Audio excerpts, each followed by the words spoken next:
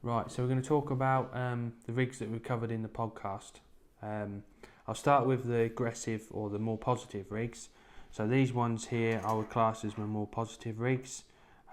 This is the exact rig that I used at the weekend.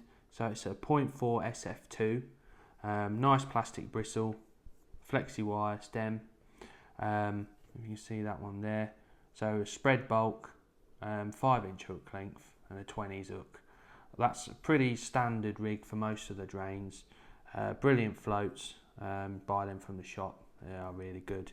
If it was a bit windier, then my other positive rig would probably be this sort of body shape, bit longer wire stem just to cope with the wind. So we see those ones there. If I was bread fishing, I like to use a thicker bristle. Again, similar body shape, carbon and mix of a metal and carbon stem. And they're a cane bristle, and they're what I'd use for my bread fishing. So there's my positive rigs.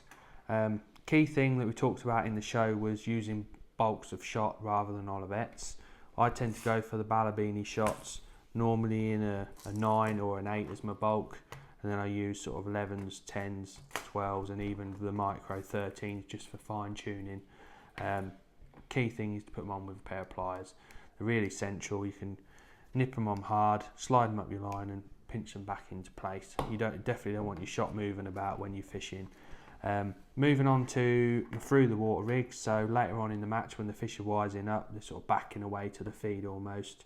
Start off with my Senas, so I normally have a range of these from 4x10 up to 4x14, 4x16.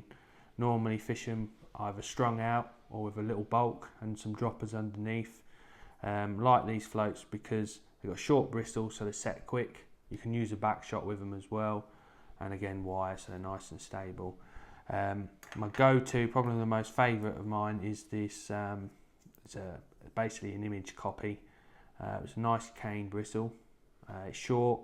You can dot it down to a dimple, and you can still see it even in bad light. You know, especially when you fish in March, you've got different coloured boats and different reflections in the water, different trees. You can see that, and they just fish true every time. So that's one of my favourite rigs. Shotting wise, strung out with shot.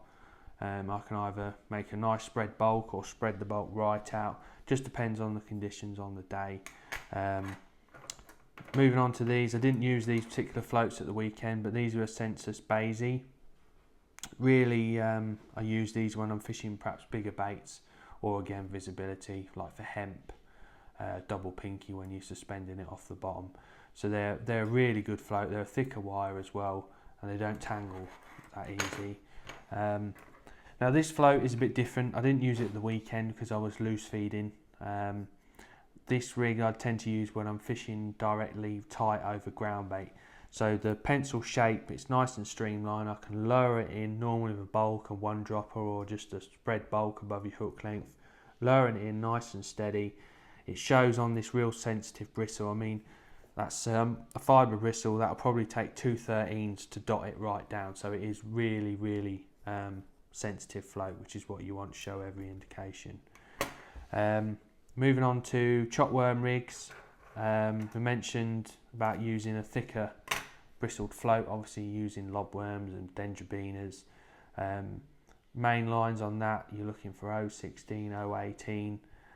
No need to use light hook lengths as well. I'd use an 014, 016. Decent hook, so with a decent barb, I go for a 13 or a 15 B711. And then I sort of briefly touched on light rigs over the top of your worm.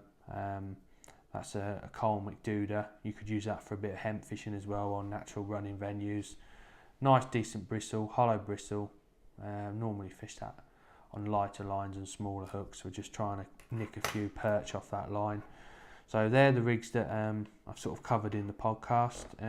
Please listen to it, and thank you very much.